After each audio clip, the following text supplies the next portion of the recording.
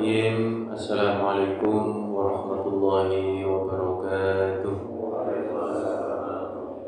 Bismillah, alhamdulillah, wassalatu wassalamu ala rasulillah Sayyidina wa maulana Muhammad bin Abdillah wa ala alihi wa sahbihi wa mawalah wa la hawla wa la quwwata illa billah. Qala subhanaka la ilma lana illa ma'allamtana innaka antal alimul hakim. Rabbi shrah li sadri wa yassir li amri wahlul 'uqdatam min lisani yafqahu qawli. Ijazin nabi wa sahbihi wa alihi amma ba'd. Hadratul muhtaramin wal mukarramin, para bapak ibu jamaah yang mudah-mudahan selalu dirahmati oleh Allah Subhanahu wa taala. Amin ya rabbal alamin. Alhamdulillah, pagi hari ini, subuh ini kita masih diberi kesehatan, diberikan afiat oleh Allah Subhanahu wa taala. Mudah-mudahan semua rangkaian ibadah yang kita lakukan diterima dan diridhoi oleh Allah Subhanahu wa taala. Mudah-mudahan doa-doa kita diijabah oleh Allah Subhanahu wa taala, dan mudah-mudahan ngaji kita, thalabul ilmi kita diberikan ilmu yang bermanfaat, yang membawa kepada keridhaan Rasulullah dan ridhonya Allah Subhanahu wa taala, membawa kebaikan fid dini wa dunya hatta akhirah. Amin ya rabbal alamin. Bapak Ibu jamaah rahimani wa rahimakumullah. Hari ini kita berada di hari Ahad kedua dari tahun 1448 ini. Hari Minggu kedua, Muharramnya tanggal 13 nomor 12 ya. Ada yang 12, ada yang 13 sepertinya. 12, 13 nomor 13, 14. Ada yang 13, ada yang 14 ya. Yang hari rayanya, kan kalau ini wonten sing Selasa, wonten sing Rebo ya.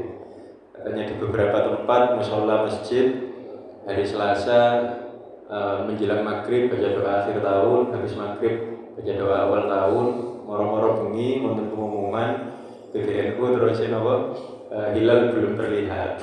Akhirnya tahun barunya mundur. Nah, ini sebenarnya kacau, tapi bisa kita maklumi ya, karena kita sudah terbiasa beda puasa, beda Idul Fitri, beda Idul Adha, jadi beda tahun baru Hijriyah dia lebih ringan ya. Normalnya tidak berkaitan dengan ibadah wajib apapun ya. Kalau kita Ramadan puasa wajib ya. Idul Fitri mengakhiri puasa, Idul Adha berkaitan dengan hajinya orang-orang yang di Mekah, itu aja kita bisa menerima perbedaannya. Normalnya hanya sekedar beda awal tahun. Ini ringan sekali ya. Dan insya Allah tema kita ngaji subuh ini menyelami keagungan bulan Muharram.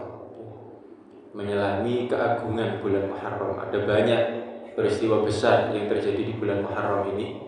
Kemudian dan peluang amal di dalamnya. Apa amal soleh yang bisa kita lakukan di dalam bulan Muharram ini. Kita awali dengan pertama kita ingin tahu bagaimana sih asal mula penetapan permulaan tahun Islam itu. Kita ini kan tahun 1448 ya. Sementara Masehi itu sudah 2026 ya. 2026 orang Cina punya tahun Imlek yang kemarin 17 Februari mereka merayakan tahun baru Imlek 2577. Itu yang komisri tadi. Sebenarnya orang Cina itu tahunnya nggak terlalu terikat dengan angka ya. Mereka tahunnya itu pakai sio-sio itu, tahun naga, tahun kuda, tahun gitu. Sebenarnya mereka nggak terlalu terikat dengan angka. Cuman kalau dihitung komisri 2577. Orang-orang Yahudi malah mereka punya kalender Ibrani itu sudah lebih dari 5000 tahun. Karena kalender Ibraninya orang Yahudi mereka yakini dihitung dari sejak Nabi Ibrahim alaihissalam. Jadi mereka jauh lebih tua lagi. Bangsa Persia juga punya kalender lebih tua lagi. Kalender Jawa, orang Jawa punya kalender gabungan antara kalender Saka dan Hijriyah. Jadi dulu orang Jawa ketika Islam belum masuk ke Nusantara, mereka pakai kalender Saka. Sampai waktu itu Kulo Supe tepatnya sekitar tahun 500-an. Sekitar tahun 500 Saka, sekitar tahun 500 Saka Islam masuk ke Nusantara.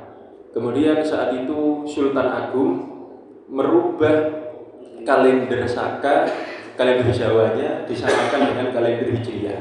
Tapi tahunnya disamakan dengan Saka. Makanya tahun Jawa itu sudah 1900 sekian. Tahun Jawa ada 1900, padahal Hijriahnya cuma 1400. Tapi hari dan bulannya sama. Jadi yang diubah adalah metode perhitungannya, tapi angka tahunnya tetap ikut Saka. Sedangkan umat Islam sendiri, lah ini kan jadi pertanyaan. Tahun kita ini sebenarnya bagaimana sih sejarahnya? Dahulu orang-orang Arab, sebelum Nabi Muhammad diutus, orang Arab itu sudah kenal bulan-bulan ini. Bulan-bulan ini sudah ada. Muharram, Safar, Rabiul Awal, seterusnya. Ini sudah ada. Dari dulu sudah ada. Cuma orang Arab ini yang belum ada patokan tahunnya kapan. Jadi tahun 1 itu mulai mana itu yang belum ada. Kalau orang-orang Kristen, tahun 1 adalah kelahirannya Nabi Isa, kan? Orang-orang Islam tahun 1-nya ini kapan? Sebelum Nabi Muhammad lahir. Sebelum Nabi Muhammad lahir, setiap ada peristiwa besar jadi patokan tahun. Terus wong Arab niku seneng mengenang peristiwa. Lek mantun wonten perang umpami, ada perang besar, mungkin dikenang. Iki wis oleh setahun teko perang.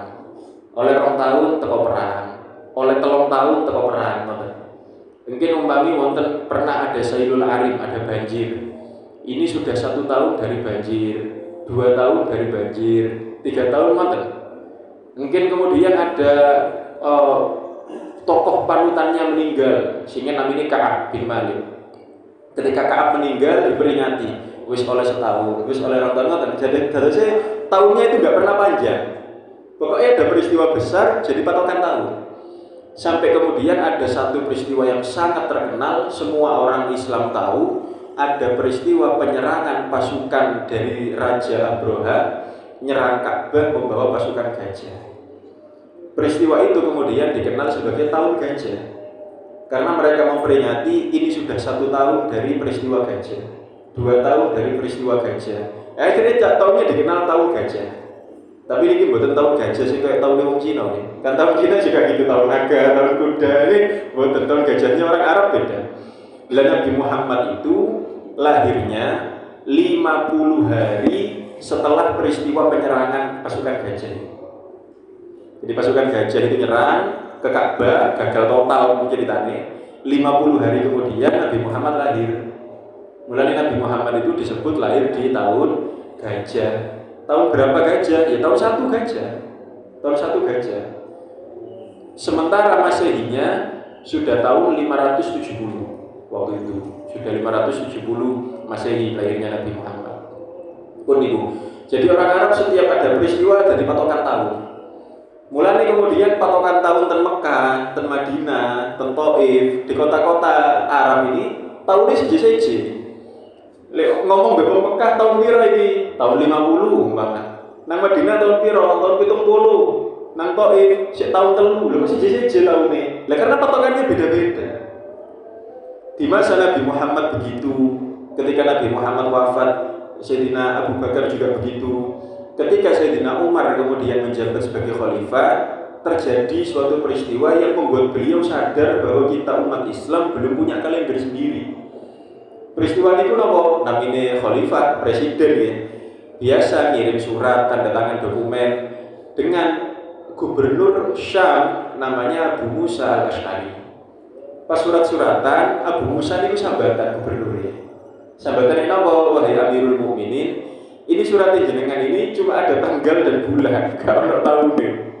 Kalau ini kadang bingung, ini ada aturan-aturan, lembar dokumen-dokumen gaji dan lain sebagainya. Ini berlaku sampai kapan? Kok cuma ada tanggal dan bulan tapi tidak ada tahunnya? Akhirnya Sayyidina Umar, oh iya, oh ini turun tahun rupanya. Dikumpulkan para sahabat, ayo musyawarah, kita menentukan kalender kita, kalender Islam ini dimulai dari mana. Kita harus punya kalender sendiri, bangsa-bangsa besar di dunia juga punya kalender sendiri. Rapat musyawarah, tercetus 4 usulan, kurang lebih ada 4 usulan tentang mana yang dijadikan tahun 1 Islam. Usulan pertama, dari lahirnya Kanjeng Nabi Shallallahu Alaihi Wasallam. Ketika diusulkan dari lahirnya Kanjeng Nabi, para sahabat itu waktu itu tidak bisa menerima. Kenapa tidak bisa menerima? Karena kan catatannya waktu itu belum lengkap ya. Buatan wonten dukcapil dan lain sebagainya. Kanjeng Nabi itu buatan gak ada akte, sehingga tahun lahirnya Kanjeng Nabi itu para sahabat itu kapan asli lahirnya Kanjeng Nabi. Ada 2 orang yang ngomong, aku seumuran sampai Kanjeng Nabi.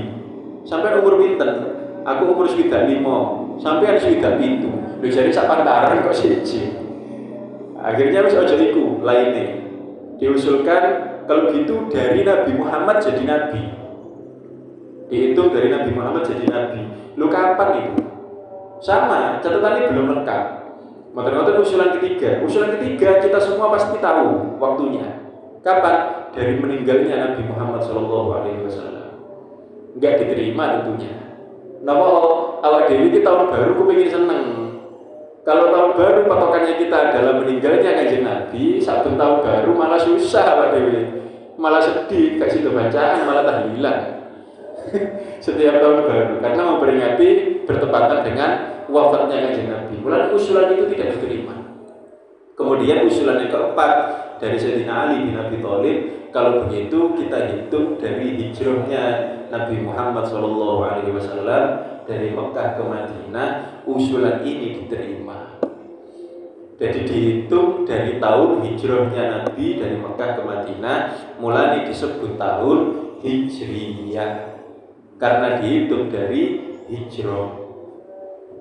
Sejak saat itu tahun satunya umat Islam adalah tahun hijrahnya, bukan hari hijrahnya ya. Nabi Muhammad itu bukan hijrah bulan Muharram. Ini juga orang salah paham. Dipikir tanggal 1 Muharram itu Nabi Muhammad nyampe di Madinah 1 Muharram. Boten. Nabi Muhammad itu hijrah berangkatnya akhir Safar. Nyampe Madinah tengah Rabiul Awal. Cuman tahun hijrahnya dijadikan tahun 1, bukan pas hari hijrahnya. Nabi Muhammad hijrahnya Rabiul Awal. Nah, kemudian disepakati tahun itu adalah tahun 1 Islamiyah, disebut tahun Hijriyah. Kemudian musyawarah berikutnya, tahun ini ketemu. Saat ini bulan pertamanya apa? Karena bulan kan dimuter terus. Selama ini bulan pertamanya gak jelas. Bulan pertamanya itu pokoknya peristiwanya terjadi di hari apa, terjadi di bulan apa, setahun ini di bulan itu. Kan ngomong lek perangnya umpama bulan Ramadan, di setahun ini di bulan Ramadan. Umpama ada peristiwa gajah ini bulan tepakan bulan Rabiul Awal gajahnya, di setahun ini di Rabiul Awal. Jadi bulan ini bulan pertamanya nopo?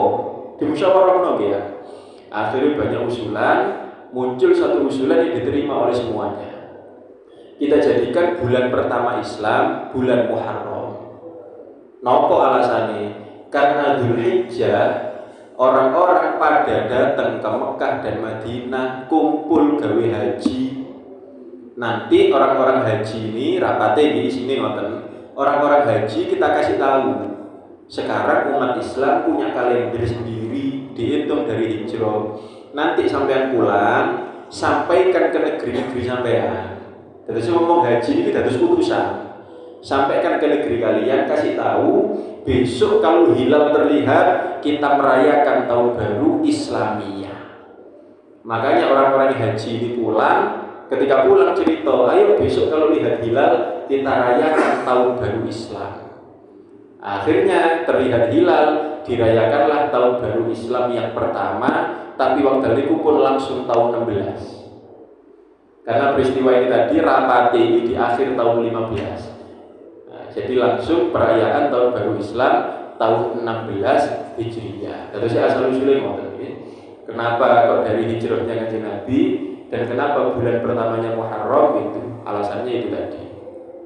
Bapak Ibu jamaah rahimani wa rahimakumullah. Hijrahnya Kanjeng Nabi Shallallahu Alaihi Wasallam ini sudah diramalkan. Tapi kalau disebut ramalan kayak dukun tapi meramalkan sudah dinubuatkan sejak jauh-jauh hari. Ada satu riwayat yang kula jenengan biasa dibaan, semerap dibaan ya. Mau semaulin dibaan. Di diba itu ada hadis begini. An Atha bin Yasar an Ka'abil Ahbar. Ada sahabat, ya. Ada sahabat namanya Ka'abil Ahbar. Ka'abil Ahbar ini mantan Yahudi, pendeta, anaknya pendeta. Jadi pendeta bin pendeta. Namanya Ka'abil Ahbar. Ka'abil Ahbar ini cerita, dulu saya diajari Taurat sama bapak saya. Bapak ini pendeta. Saya diajari Taurat sama bapak saya, khatam satu kitab Taurat kurang satu lembar. Jadi ada satu lembar dari kitab Taurat disobek sama bapak saya, tidak diajarkan ke saya. Satu kitab itu, satu lembar itu dimasukkan ke dalam kotak, dikunci. Dan saya tidak pernah tahu isinya selama bapak saya hidup. Ketika bapak saya meninggal, iso dibuka.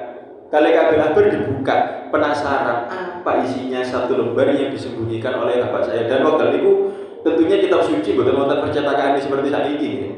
Boten kok kitab Taurat kabeh wong duwe kaya Quran boten. Jarang orang punya, yang punya cuma pendeta-pendeta saja. Akhirnya bapak meninggal, bapak ibu sedo, dibuka kotake, dicari mana kertas dari Taurat yang dulu disembunyikan sama bapak saya. Ketika dibuka, ketemu, ternyata ada sebuah cerita, ada sebuah nubuat, sebuah ramalan tentang Nabiyyun yakhruju akhir zaman, tentang Nabi yang akan keluar akhir zaman dan sudah dekat waktunya dari ciri-ciri yang ada di Taurat ini. Disebutkan di situ ciri-ciri Nabi itu 3 disebutkan. 1, lahirnya di Mekah, hijrahnya ke Madinah, waktu itu namanya masih Yathrib, dan kesultanannya, kekuasaannya akan menyebar sampai ke negeri Syam. Jadi di Taurat, kitab Nabi Musa yang hidup kurang lebih 2000 tahun sebelum Nabi Muhammad, itu sudah diramalkan bahwa Nabi akhir zaman ini akan hijrah dari Mekah ke Madinah. Orang-orang Yahudi, ahli kitab sudah tahu. Tapi kenapa mereka tidak mau beriman kepada Nabi Muhammad? Ya, kalau diceritanya Al-Quran, hasadam min indi anfusihim, hasud dari Nabi Muhammad. Selama ini ribuan nabi dari Bani Israel, kok ternyata tiba-tiba nabi terakhir bukan dari Bani Israel, hasud. Ya. Karena ternyata nabi yang ditunggu-tunggu bukan dari kalangan mereka. Padahal mereka kalau di Al-Quran disebutkan alladzina atainahumul kitab ya'rifunahu kama ya'rifuna abna'ahum. Orang-orang yang ahli kitab ini, mereka mengenali nabi itu seperti kenal anaknya sendiri. Jadi mereka benar-benar tahu ada nabi di Mekah, sifat-sifatnya begini, waktu keluarnya sudah dekat, sebagian sudah tahu ini waktunya sudah keluar, mereka tahu, tapi tidak mau beriman. Bahkan saking tahunya mereka, ini ada satu kisah yang sangat menarik.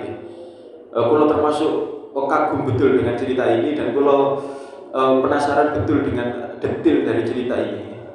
Ada kitab Dalailun Nubuwah Imam Baihaqi, itu menceritakan sebuah riwayat ketika zamannya Khalifah Abu Bakar As-Siddiq radhiyallahu anhu.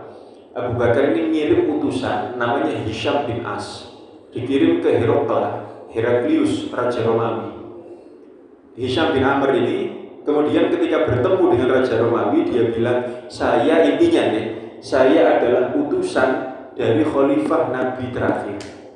Intinya saya adalah utusan Nabi terakhir. Kemudian Heraklius ini ngajak Hisham masuk ke ruangan khusus milik dia. Di ruangan khusus ini, Heraklius ini punya kotak, kayak peti menurutnya, punya kotak terkunci. Dan ketika dibuka kotaknya, Heraklius ini punya banyak sekat, ada banyak partisi, ada banyak isinya lagi. Kemudian Heraklius mengeluarkan kain sutra yang di situ ada gambarnya, ada lukisan. Ketika gambar ini dibuka, ada gambar orang ditunjukkan kepada Hisham bin As. Kamu tahu ini gambar siapa? Hisham bilang, tidak tahu. Hadza Adam alaihissalam. Ini gambarnya Adam, Nabi Adam. Kemudian dia buka kain lagi, ada gambar. Kamu tahu ini siapa? Tidak tahu. Hadza Nuh alaihissalam, Nabi Nuh. Kemudian buka kain lagi, ada gambar. Kamu tahu ini siapa? Tidak tahu. Hadza Hud alaihissalam, Nabi Hud. Kemudian kertas keempat dibuka. Kamu tahu gambar siapa ini? Nangis bisa. Kenapa kamu nangis? Saya tahu itu gambar siapa. Siapa memangnya? Ada Rasulullah SAW. Itu kekasihku Muhammad. Tahu Hisham pernah melihat Rasulullah. Waktu itu Rasulullah sudah wafat. Ini zamannya Khalifah Abu Bakar. Saya rindu kepada orang yang ada di gambar itu. Kemudian katanya Heraklius, sebenarnya gambarnya masih banyak. Ini sebenarnya gambar terakhir, tapi saya keluarkan duluan. Napa ngetes temenan tagak sama neru iki nabi terakhir. Seandainya gambar ini ditokno terakhir, iso ae ngaku-ngaku. Wis gak ono maneh, berarti iki nabi terakhir kan ngoten. Kalau dikeluarkan duluan dan dia tahu, berarti benar iki Nabi Muhammad. Kemudian Heraklius mengeluarkan, banyak dikeluarkan semua. Kamu tahu ini siapa? Ini adalah Ibrahim. Kemudian ada Ismail, ada Ishak, ada Ayub, ada Yunus, Dawud, Sulaiman. Banyak nabi dikeluarkan gambarnya. Dan dalam Ilmu Nubuwah Imam Baihaqi disebutkan ada gambar seorang laki-laki naik kuda yang kudanya mengangkat kakinya. Kayak patungnya di Ponegoro mungkin. Ditanya, kamu tahu siapa ini? Tidak tahu. Hadza Sulaiman alaihissalam. Tentunya Nabi Sulaiman naik kuda. Kemudian ada foto disebutkan dalam Ilmu Nubuwah, orangnya berkulit gelap dan wajahnya nampak marah. Kamu tahu siapa ini? Tidak tahu. Hadza Musa alaihissalam. Ngamuan kayak Nabi Musa. Lalu di fotonya pun nampak wajahnya seperti marah. Nah, kemudian di akhir Hisham tanya, "Annalaka hadza, dari mana kamu punya semua gambar ini, dari mana?" Kemudian Herakla berkata, "Inna Adam alaihi salam sa'ala rabbahu ayyuriyahul anbiya min waladi." Dulu Nabi Adam pernah minta kepada Allah untuk ditunjukkan nabi-nabi setelahnya dari keturunannya. Kemudian Allah memberikan gambar ini kepada Nabi Adam, sampai kemudian disimpan oleh Nabi Adam hingga dia meninggal, lalu dia hilang gambar ini bersama dengan jasadnya Nabi Adam yang hilang. Tapi kemudian gambar itu ditemukan oleh Dzulqarnain. Dzulqarnain ini kan kalau di Al-Quran diceritakan dia raja penjelajah. Dia yang membuat benteng Ya'juj Ma'juj. Dia yang mengelilingi bumi dari barat ke utara, dikelilingi semua. Ada kitab Imam Ibnul Qayyim Al-Jauzi punya kitab yang luar biasa, namanya Al-Muntazam fi Tarikhil Muluk wal Umam, cerita raja-raja dan umatnya. Kita zamannya raja dari zaman Namrud sampai zamannya beliau diceritakan semua, puluhan jilid. Imam Ibnul Jauzi ini cerita ada 4 raja yang pernah menguasai dunia. Di sini kira raja dunia, bukan raja Jawa, raja Nusantara, raja Eropa, bukan raja dunia. Sinten raja dunia disebutkan ada 4. Yang 2 muslim, yang 2 kafir. Yang muslim Dzulqarnain kali Sulaiman alaihissalam, Nabi Sulaiman. Yang kafir Namrud raja zamannya Nabi Ibrahim itu. Kali satu lagi namanya Bukhtanasor. Ini raja menguasai dunia. Terus Dzulqarnain itu, kata Herakla, Dzulqarnain yang menemukan kota ini, kemudian diambil oleh Dzulqarnain. Dzulqarnain juga yang menemukan Ma'ul Hayat ya. Ma'ul Hayat, air kehidupan. Kalau cerita lebih senang kan? Kalau cerita senang. Dan Al-Quran pun isinya banyak cerita. Seperti Al-Quran isinya kan cerita. Jadi Dzulqarnain itu raja, punya pasukan. Salah satu pasukannya adalah Nabi Khidir. Nabi Khidir itu pasukannya Dzulqarnain. Khidir ini kan masih hidup sampai hari ini, karena dia menemukan air keabadian yang dicari oleh Dzulqarnain. Nabi Khidir minum air itu, mulai dia masih hidup sampai hari ini. Di mana air itu? Lah kita tidak bisa menemukan. Saya mau tiba-tiba Nabi Khidir. Jadi dulu ceritanya begini, Dzulqarnain ini raja yang soleh, orang beriman dia, punya teman malaikat. Berteman saking hebatnya Dzulqarnain ini, punya teman malaikat. Sahabatnya Dzulqarnain namanya malaikat Rafail. Rafail itu orang barat menyebutnya Rafael. Rafael itu malaikat, wonten malaikat namanya malaikat Rafael. Yang tidak cuma 10 pastinya, malaikat tidak cuma 10, banyak malaikat. Yang wajib kita tahu 10. Malaikat Rafail atau malaikat Rafail ini cerita ke Nabi Dzulqarnain. Malaikat-malaikat yang di langit itu ada yang sujud ribuan tahun, rukuk ribuan tahun, sholat ribuan tahun, zikir ribuan tahun. Itu ibadahnya malaikat. Dzulqarnain kemudian nangis dan kepingin. Nangis itu nangis kepingin. Aku yang kepingin bisa ibadah ribuan tahun seperti itu. Tapi Nabi ini menungso, usianya cuma ratusan tahun. Zaman itu ratusan tahun ya. Zaman itu ratusan tahun masih normal. Saya tidak bisa hidup selama itu untuk ibadah. Kemudian Rafael ngasih tahu, ada ma'ul hayat di bumi ini, air kehidupan, air keabadian. Kalau kamu minum dari air itu, kamu akan hidup sampai hari kiamat. Kemudian Dzulqarnain menyiapkan ekspedisi, pasukannya disiapkan, disuruh nyari air yang lokasinya sudah dikasih tahu sama Rafael. Tapi sulit, nyarinya sulit. Akhirnya pasukannya yang menemukan cuma satu, Nabi Khidir yang menemukan. Mulai Nabi Khidir minum dari air itu, mulai seorang sampai saat ini. Minum dari ma'ul hayat itu. Di satu tempat di bumi, di mana tidak ada lagi yang menemukan. Dzulqarnain tidak menemukan air itu, tapi Dzulqarnain menemukan kotak ini, yang di dalamnya ada foto para nabi, lukisan para nabi. Kemudian oleh Dzulqarnain, kotak itu tadi diberikan kepada Nabi Daniel. Wonten nabi ini Nabi Daniel, Nabi Bani Israil. Kemudian kotak itu berpindah-pindah tangan ke raja-raja sampai kemudian di tangan Raja Heraklius ini. Setelahnya kemana? Wallahu a'lam. Pun gambar itu sekarang hilang, tidak ada. Umpama hilang, umpama tasik wonten, guys, sepertinya menjadi benda pusaka yang paling berharga di muka bumi ini. Wonten gambarnya para nabi, Nabi Adam sampai Nabi Muhammad ada foto-fotonya, ada lukisan-lukisannya. Artinya bahwa orang-orang ahli kitab ini benar-benar kenal sama Nabi Muhammad, itu tahu, bahkan fotonya ero, wongnya si iki ero. Tapi mereka tidak mau beriman kepadanya. Kenapa? Hasud. Karena duduk golongannya. Kan kata dia mau duduk golongannya mau. Jangankan, ngapunten. Mungkin kadang kita nggak sadar. Dulu kan orang-orang ahli kitab ini, iku nabi iku duduk toko kelompokku, duduk toko Bani Israil, emoh. Lu kadang-kadang kita juga gitu loh. Kadang kita nggak sadar. Nopo, iku kiai, iku ustad, duduk toko kelompokku, aku emoh ngaji nang iku. Lu kadang kita juga gitu, jangan kira iku ahli kitab, dia Islam gak kira ngoten. Lo jadi kira. Apakah ini sifat yang baik? Tentu tidak. Lu napa umpama ustaz itu kelompok ya Pak Dewi tapi nek ngaji ini bener, kenapa kita tidak ikut? Tapi kita kan kadang ngoten. Aku hijau, itu biru. Aku kuning, iku abang. Gak podo be aku. Gak aku ngaji sing podo-podo hijau. Aku ngaji sing podo-podo kuninge. Tergantung warnanya. Lek gak gelem. Ternyata hal ini dari sejak dahulu kala manusia begitu. Dan apakah hal ini benar? Jelas gak benar kan? Makanya kita jangan menjadi seperti itu. Selama nabi dimeloi, selama ustadz kiai bener ya dimeloi, apapun warnanya, apapun latar belakangnya. Wangsul malih ya. Terusnya memang Nabi Muhammad SAW itu hijrah dari Mekah ke Madinah itu sudah diramalkan sejak ribuan tahun sebelumnya. Para bapak, para ibu, jamaah rahimani wa rahimakumullah. Di bulan Muharram ini, salah satu hari yang paling agung di bulan Muharram adalah hari Asyura. Ketika Nabi SAW hijrah itu nyampe dari Mekah, nyampe ke Madinah. Nabi Muhammad nyampenya bulan Rabiul Awal.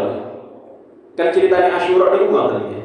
Nabi Muhammad nyampe ke Madinah bertepatan orang-orang Yahudi puasa. Kan Nabi Muhammad tanya, ini ada apa ini kalian kok puasa hari ini? Ya, ada apa kalian puasa hari ini? Kemudian mereka jawab, ini kami memperingati hari di mana Musa diselamatkan oleh Allah dari kejaran Fir'aun, kan?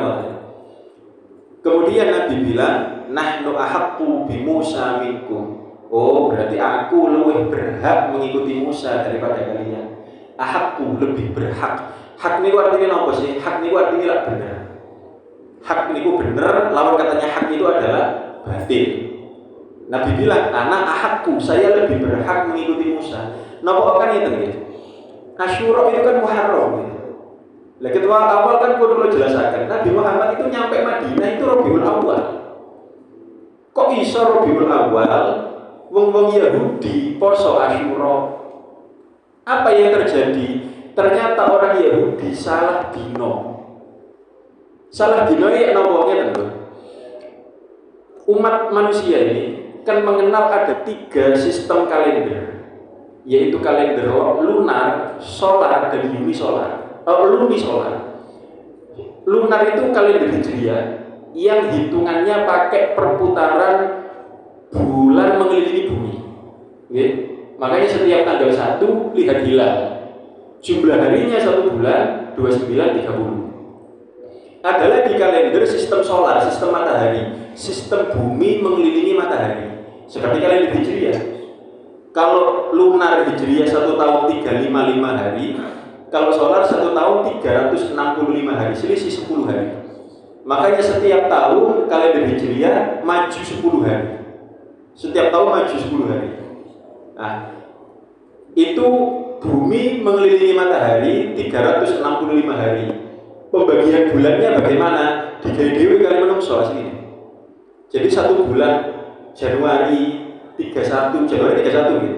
Januari 31, Februari 28, kalau nggak bisa 29, Maret 31, April 30, itu bikinan sendiri manusia. Nggak ada kaitannya sama peristiwa alam.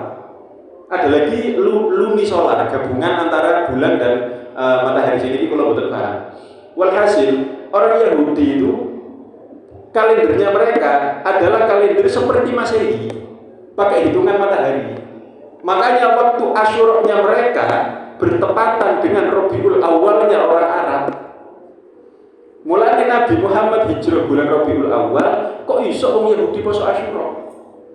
Mulai pertanyaannya Nabi Muhammad ini ada apa?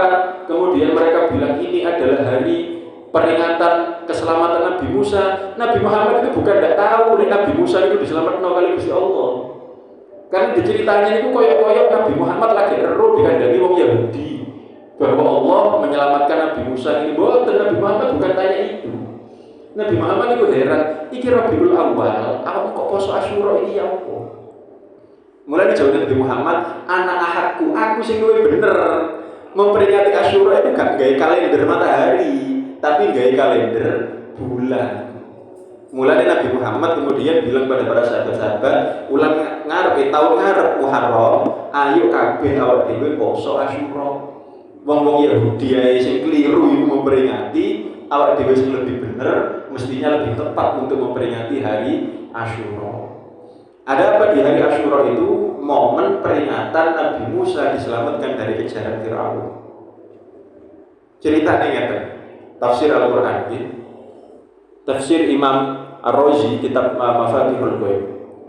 Qauluhu ta'ala falamma tara al-jam'ani qala ashabu Musa inna lamudrakun.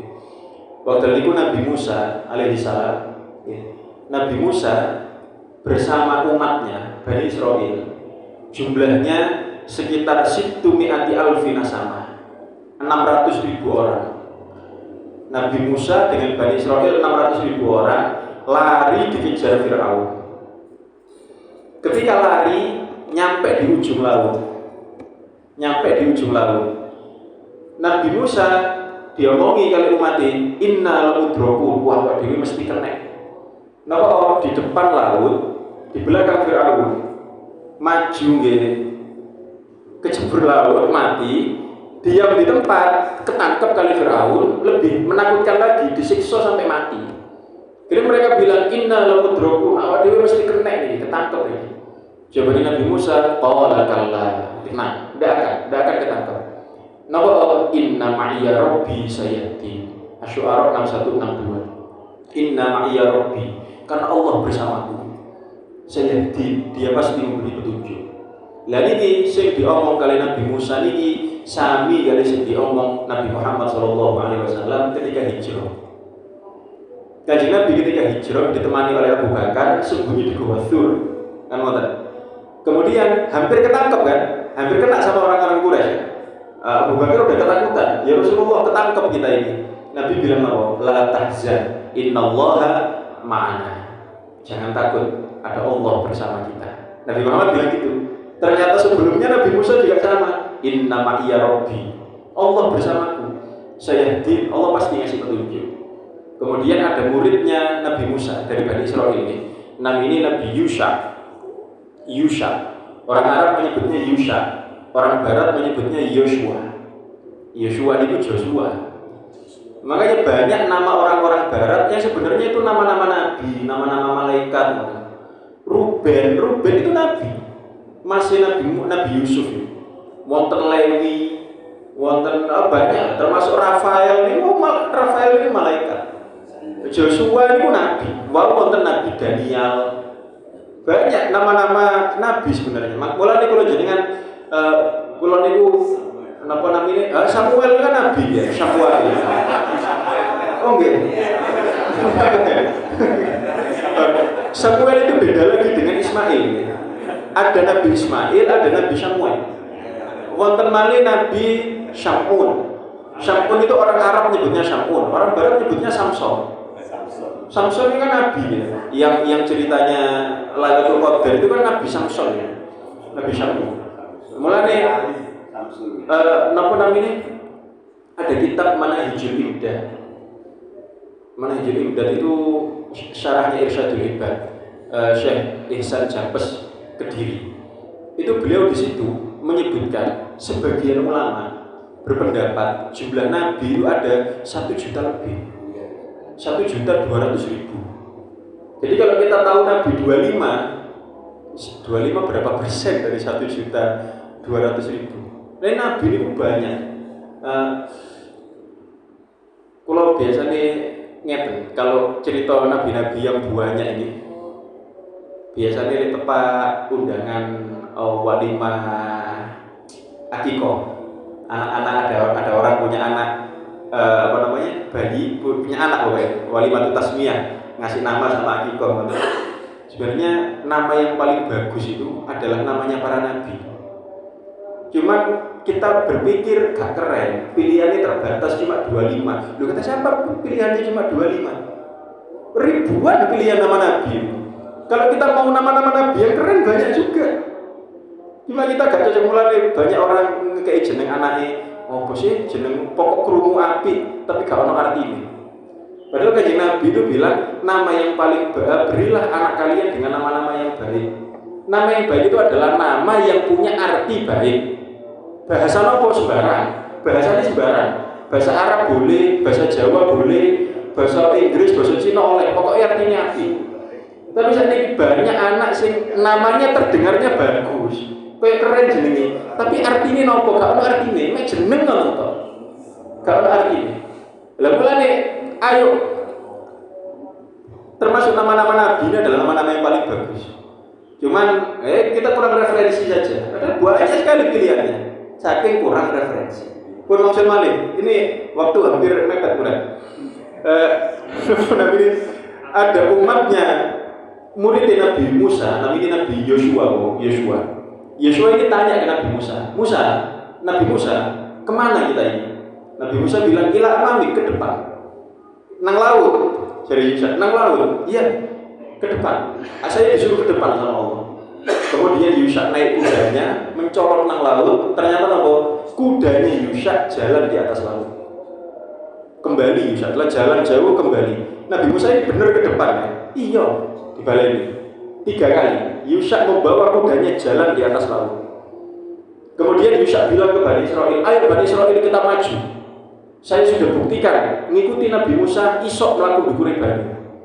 Ternyata lalu Bani Israil gawani. Kan Bani Israil Yahudi licik. Dari dulu sampai hari ini kan licik, pengecut. Perang kali Palestina gaya napa drone, gaya rudal. Napa ndek mana berani mereka perang berhadapan berdepan? Tidak berani. sak negara Israel, negara adidaya di Timur Tengah, lawan partai milisi Palestina, apa namanya? Hamas. Hamas kan bukan angkatan bersenjata negara, betul. Hamas kan cuma partai politik. Sak partai iso ngalahno sak negara, mboten ngalahno lah. Menandingi sak negara.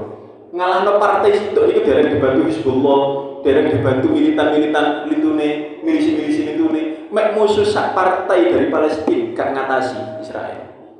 Pengecut dari dulu pengecut. Pun dicontohi kali Yusha, ayo iso awak dhewe mlaku ndukur banyu iso, gak wani. Kemudian mereka minta, janganlah jalan di atas air. Terus ya nopo? Nabi Musa minta, kalau ya Allah Bani Israel tidak mau, tidak berani. Kemudian idrib bi asokal bahro, pukulkan tongkatmu ke laut, terbelah lautnya. Dan laut itu terbelah bukan jadi satu, jadi 12 jalan.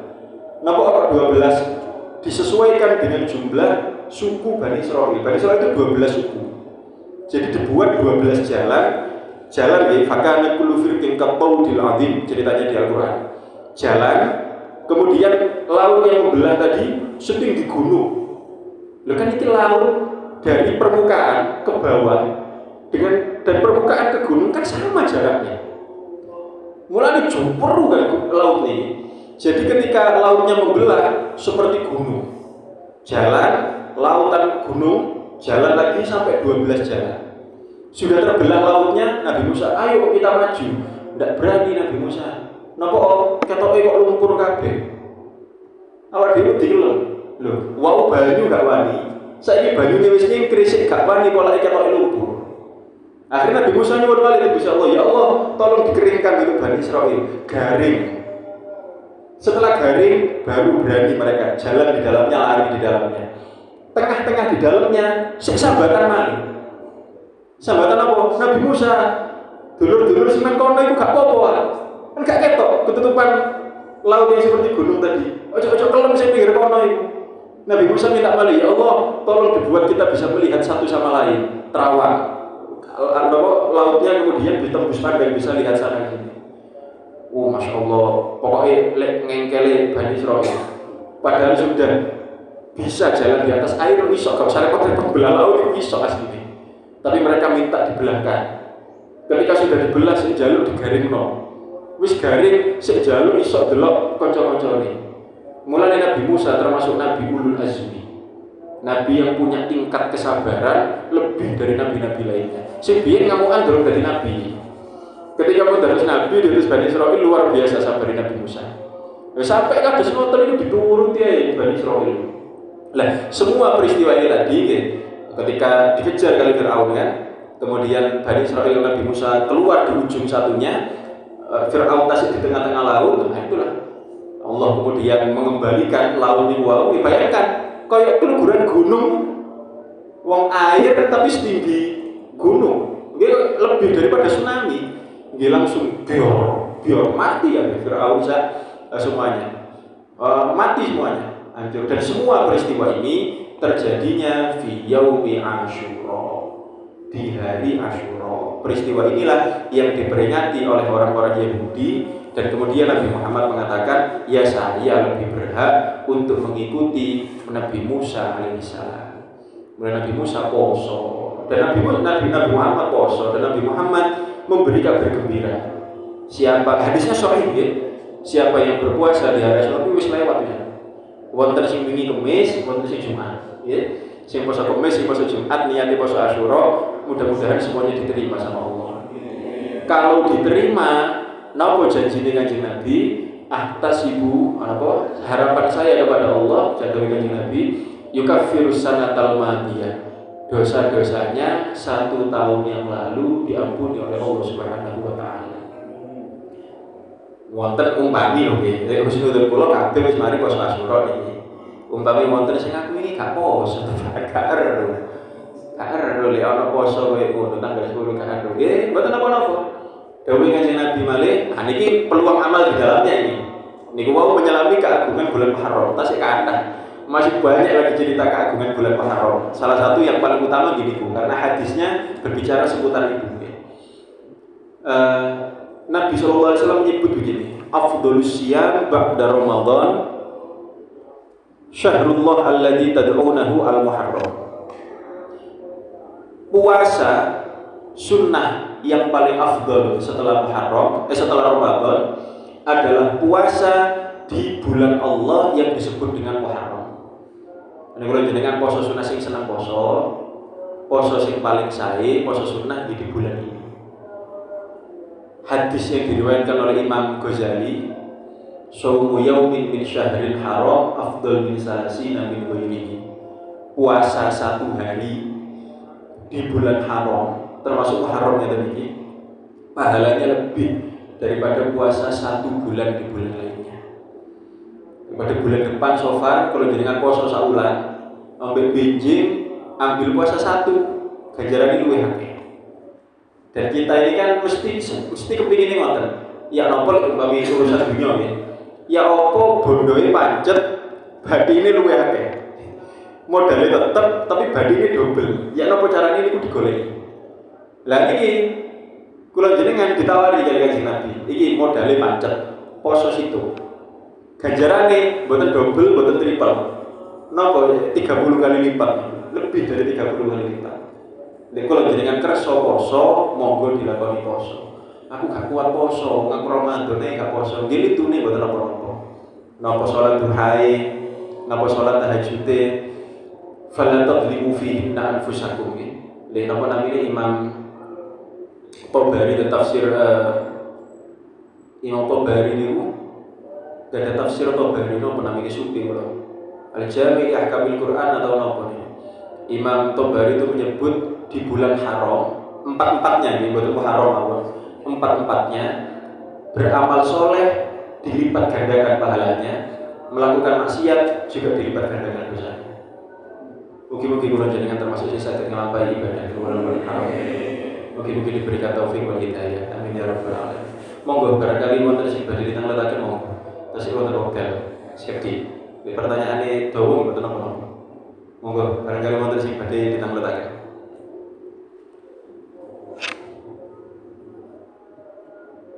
Mboten wonten sing ditangletaken. Nggih, kalau tambah kedhi malih keranten kurang kedhi iki dereng anu niki dereng surup niki. Kurang 2 menit, terus kurang 2 menit surupnya. Di 4 bulan haram ini ada para ulama itu membahas malih. Ini 4 ini kan bulan yang paling mulia. Selain Ramadan tadi, Ramadan di atas 4 ini. Setelah Ramadan, 4 ini adalah bulan paling mulia. Para ulama membahas malih ya.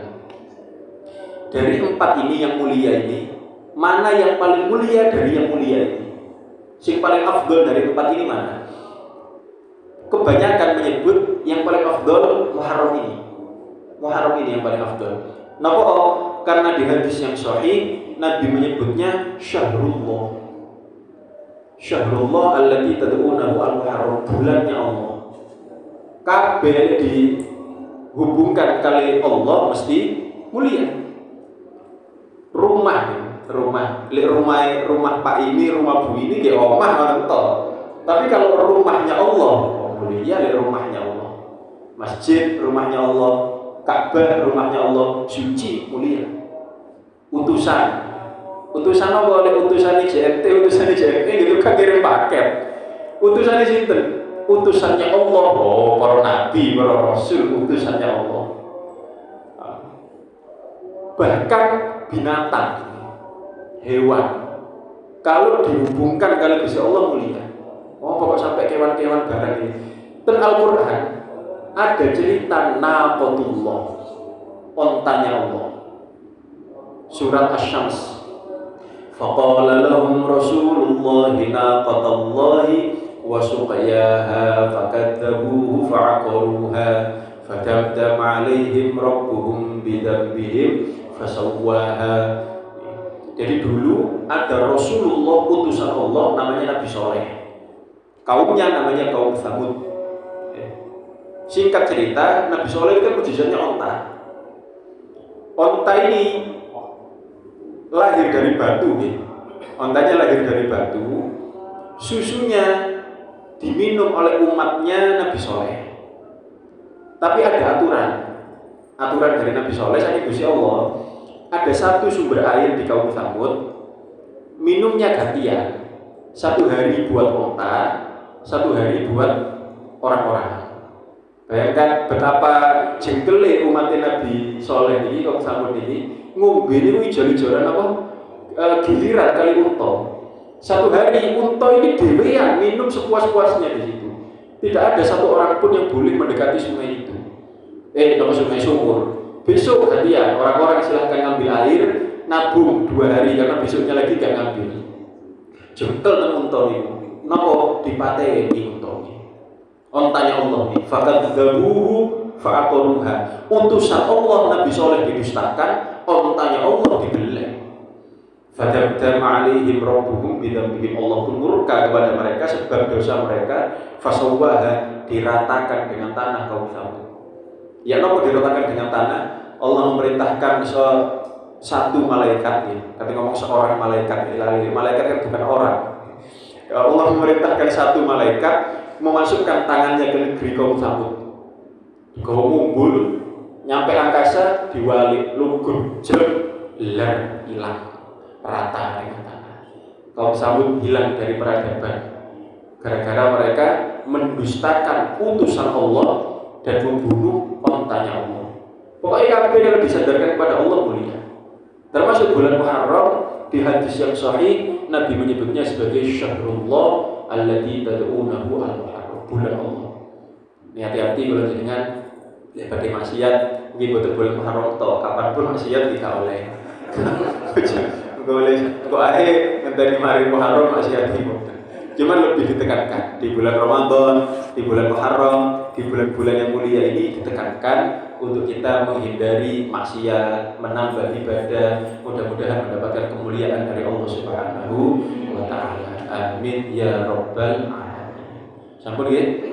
Berarti mboten wonten pertanyaan dalam pertemuan. Oke. Kalau syarullah nanti ada dikatakan lebih utama dibandingkan lebih lama itu dibandingkan Ramadan. Oh, betul dibandingkan Ramadan. Ramadan punya kemuliaan di atas 4 bulan ini. Oke. Gimana? Ramadan kan tidak termasuk bulan haram. Tapi Ramadan memiliki kemuliaan di atas 4 bulan ini. Jadi tadi Muharram itu paling mulia dibandingkan 3 lainnya. Ngerti maksudnya? Ya, Ramadan di atas 4-4-nya. Di Ramadan bulan paling mulia. Yang mana mau nih? Saya dengar dari beberapa ustaz mengatakan bahwa bulan mulia yang tertinggi itu Rajab. Karena Rajab itu ada peristiwa kita menjemput Isra Mi'raj. Itu landasan kita, landasan tauhid kita, yaitu sholat itu. Kalau Muharram ini itu lebih ke arah peristiwa Israiliyah, misalnya Musa bukan nabi kita. Tapi kalau Isra Mi'raj itu kan perintah langsung ke nabi kita. Nah ini benar yang mana? Kalau di awal menyebutkan mayoritas ulama menyebut yang paling mulia itu adalah Muharram. Mayoritas berarti tidak semuanya. Ada sebagian yang bilang 4-4-nya ini ada yang berpendapat. Ada yang bilang Rajabnya karena Isra Mi'raj, ada yang bilang Dzulhijjahnya karena hajinya, ada yang bilang Dzulqa'dahnya karena alasan lainnya. Kemudian kalau dibilang kalau yang Rajab adalah landasan tauhid kita, landasan rukun Islam kita mungkin ya. Sholat ini adalah rukun Islam yang tidak bisa ditinggalkan kan gitu. Kalau zakat yang kaya aja, haji yang kaya saja. Kalau nggak kaya nggak zakat nggak haji. Kenapa malih? Puasa yang mampu saja. Kalau nggak mampu puasa nggak usah puasa. Tapi sholat kan tidak bisa ditinggalkan. Makanya kalau kita bilang rukun Islam yang paling utama kan memang sholat. Kemudian kalau yang Muharram Israiliyat. Nabi Musa kan bukan nabi kita. Oh ini perlu kalau koreksi betul ya. Israiliyat itu adalah kisah-kisah Bani Israel yang kata Nabi la tusaddiqu wa la tukadzibu. Kisah Israiliyat itu yang tidak jelas kebenarannya, benar atau dusta kita tidak tahu. Itu Israiliyat. Kalau kisah Nabi Musa yang tadi kita tahu ini kebenarannya, ini disebutkan dalam Al-Qur'an. Disebutkan dan itu kita ini umat yang berbeda dengan umat-umat lainnya. La nufarriqu baina ahadin mir rusuli. Kan di akhir surat Al-Baqarah itu napa lillahi ma fis samawati. Pokoknya kan wonten ayat la nufarriqu baina ahadin mir rusuli. Kita ini adalah umat yang tidak membeda-bedakan Rasulullah. Kita tidak seperti Bani Israel yang bilang iku nabiku, iku dudu nabiku, itu Bani Israel gitu. Kita ini enggak, kita ini umatnya Nabi Muhammad ini tidak membedakan Nabi dan Rasul. Nabi Musa Nabi kita, Nabi Ibrahim Nabi kita, Nabi Sulaiman, Nabi Daud Nabi kita. Sementara mereka orang-orang Yahudi Bani Israel, Ismail bukan nabiku, Soleh bukan nabiku, Syu'aib karena orang Arab. Nabi yang orang Arab kan 4. Yang dari 25 ya, yang dari selain 25 ada lagi. Dari 25 itu yang Arab kan 4. Nabi Muhammad, Nabi Soleh, Nabi Syu'aib dan Nabi Hud. Ini Arab. Ini yang nggak diakui, dari 25 nggak diakui oleh orang Bani Israel sebagai nabinya. Jadi makanya itu tetap memang ada yang berpendapat paling afdolnya Rajab atau Dzulqa'dah atau Dzulhijjah atau Muharram. Mayoritas menyebut Muharram karena alasannya itu tadi. Nabi menyebutnya Syahrullah. Adapun peristiwa masing-masingnya lebih hebat mana Isra Mi'raj sama Nabi Musa yang belah lautan, lebih besar Isra Mi'raj untuk peristiwa per detailnya, tapi untuk bulannya Muharram lebih agung. Karena nggak cuma Nabi Musa kan di Asyura itu Nabi Nuh selamat dari banjir, Nabi Ibrahim selamat dari pembakaran, Nabi Yusuf keluar dari penjara, Nabi Yunus keluar dari perut ikan, dan banyak peristiwa-peristiwa. Nabi Adam mendapat taubat. Jadi banyak di bulan Muharram banyak. Cuman karena singkatnya waktu nggak bisa bahas semuanya. Jadi tahu kabeh dua sampai dulu. Insya Allah sampai ini mungkin manfaat untuk kita semuanya. Oh, masih makan malin merasakan enggak. Di bulan Syura atau Muharram itu selalu bagi suku Jawa khususnya kan, itu kok selalu ada cuci keris, cuci pedas kalau mungkin ada satu. Yang kedua, dilarang melakukan sebuah gerakan kerja yang sifatnya banyak risiko. Itu relevansinya di mana, Pak? Mitos tentang apa namanya larangan berbuat napa terus yang Jawa mboten asal gak ada damel, gak oleh mantu, gak oleh napa bulan Muharram. Ada landasannya ini. Kula kok kesulitan menjawab. Kula bisa menjawab ini tapi panjang lebar. Untuk menyingkat kula malah itu dulu berkaitan dengan peristiwa Asyura-nya Sayyidina Husain. Jadi singkat cerita, Asyura kan selain ada peristiwa besar nabi-nabi sebelumnya, ada peristiwa besar umat Nabi. Tapi peristiwa menyedihkan kan? Sayyidina Husain dibantai di Karbala itu. Dibantai di Karbala. Kalau bisa satu materi lagi itu bahasa Sayyidina Husain ini. Nah, intinya itu mitos. Tapi kalau yang berkaitan dengan keris, kalau nggak merah. Kalau berkaitan dengan keris, mungkin karena dianggap awal tahun ya. Jadi kerisnya ini kalau kita itu mitos ya. Kalau itu kalau mboten saged jawab, tapi kalau mitos yang berkaitan dengan Asyura, dengan pembantaian Sayyidina Husain, kalau bisa menjawab itu dengan panjang. Intinya mitos. Mungkin kalau ada kesempatan, mungkin kita bahas itu lah. Itu bisa dengan membahas Ahlul Bait itu. Banyak panjang. Ngapunten kalau tidak memuaskan jawaban untuk pertanyaan terakhir. Terakhir iki, wonten malih sampun iki. Wallahu a'lam bishawab. Bismillahirrahmanirrahim. Allahumma shalli wa sallim wa barik ala sayyidina Muhammad wa ala ali sayyidina Muhammad walhamdulillahi rabbil alamin.